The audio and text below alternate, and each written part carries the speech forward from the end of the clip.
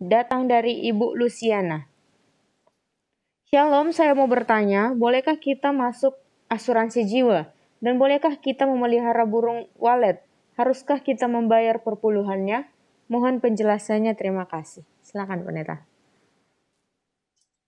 Terima kasih untuk pertanyaan ini, Ibu Luciana. Mungkin malam ini saya jawab satu ya.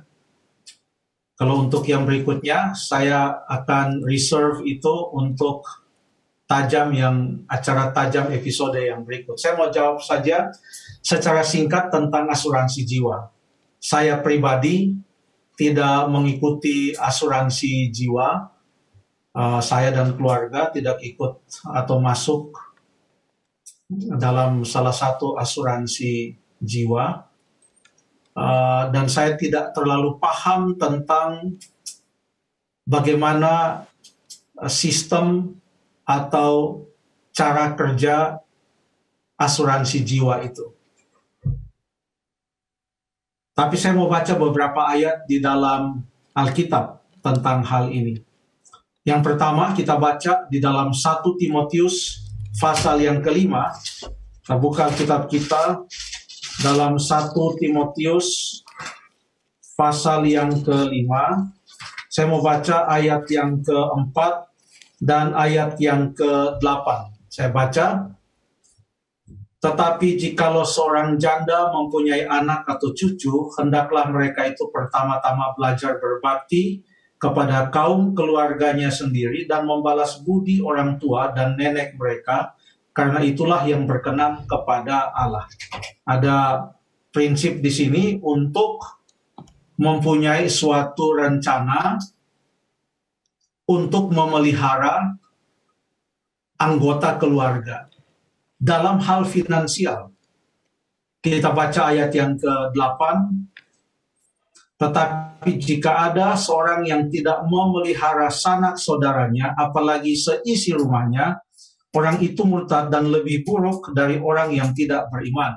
Jadi perlu ada perencanaan di dalam keluarga untuk hal-hal yang sifatnya emergensi, untuk hal-hal yang sifatnya merupakan kebutuhan-kebutuhan yang sangat mendasar dalam rumah tangga, baik untuk pendidikan mungkin, atau mungkin untuk kehidupan dari anggota rumah tangga di hari tua, dan lain sebagainya. Ini maksud daripada ayat-ayat ini. Karena di zaman Timotius banyak sekali orang-orang tua, khususnya janda-janda yang terlantar oleh karena tidak diperhatikan oleh sanak keluarganya. Kita boleh baca juga dalam Matius pasal yang ke-15, Matius pasal yang ke-15, ayat yang ke-5 dan ayat yang ke-6. Kita baca dulu beberapa ayat. Matius pasal yang ke-15, ayat yang ke-5 dan ayat yang ke-6. Tetapi kamu berkata, saya mau katakan ini adalah teguran Tuhan Yesus kepada kemunafikan orang-orang Farisi dan ahli Taurat. Yesus tegur mereka, Yesus katakan, ayat yang keempat, sebab Allah berfirman, hormatilah ayahmu dan ibumu, dan lagi siapa mengutuki ayahnya atau ibunya, pasti dihukum mati. Ayat yang kelima, tetapi kamu berkata, barang siapa berkata kepada bapaknya atau kepada ibunya, apa yang ada padaku yang dapat digunakan untuk pemeliharaanmu, sudah digunakan untuk persembahan kepada Allah. Dan pada zaman Tuhan Yesus, yang namanya persembahan, ingat Yesus pernah melihat orang-orang kaya datang bawa persembahan, lalu ada janda yang miskin datang bawa persembahan, itu adalah uang. Jadi waktu dikatakan apa yang dapat digunakan untuk pemeliharaanmu sudah digunakan untuk persembahan kepada Allah, ini berbicara tentang uang yang sebenarnya bisa digunakan untuk menolong ayah mereka dan ibu mereka atau anggota keluarga mereka.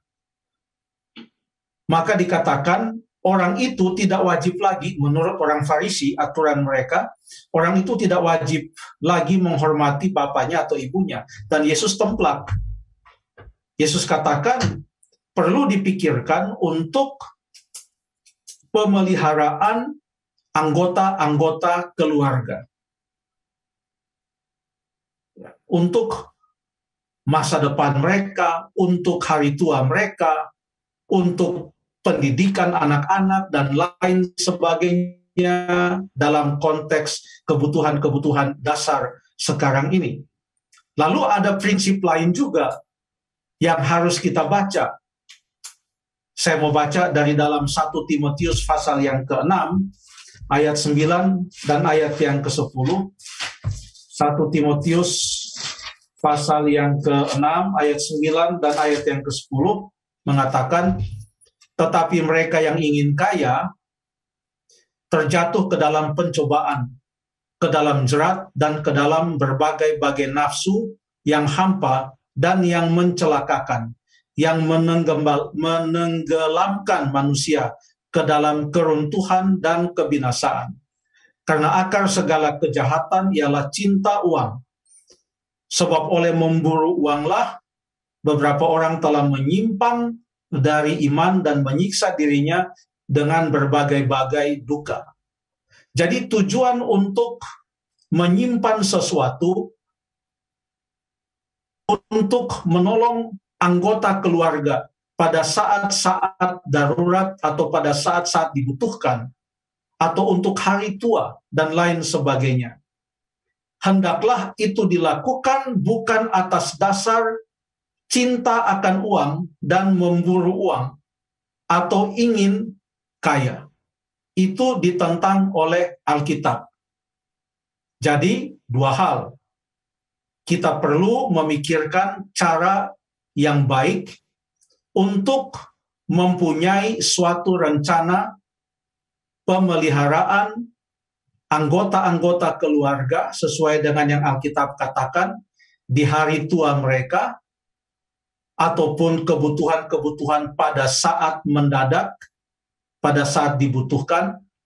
Dan kalau kita lakukan itu, biarlah kita lakukan itu dengan motif yang tulus, memang untuk pemeliharaan anggota keluarga di hari depan mereka, bukan dilakukan dengan tujuan ingin kaya atas dasar cinta akan uang dan atas usaha untuk memburu uang.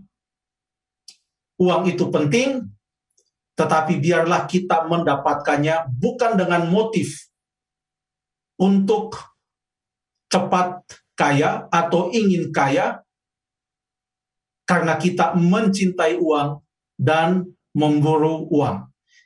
Ayat-ayat ini biarlah dipadukan sebagai suatu pedoman bagi kita, agar dalam hidup kita sebagai orang-orang Kristen, kita perlu memikirkan kesejahteraan keluarga, pemeliharaan terhadap mereka di hari tua, di saat-saat darurat dan mendadak, dan kita lakukan itu tanpa memiliki motif untuk menjadi kaya dengan tujuan atau dengan cara memburu uang dengan motif mencintai uang. Itu yang boleh saya katakan. Mengenai burung walet, kita simpan dulu ya, Ibu Luciana. Tolong dicatat Ellen dan Epi, supaya ini dimunculkan kembali pertanyaan tentang memelihara burung walet. Saya mau cari tahu dulu burung walet itu seperti apa namanya, dan lain sebagainya, supaya jangan asal-asal dijawab. Kurang lebih demikian. Terima kasih.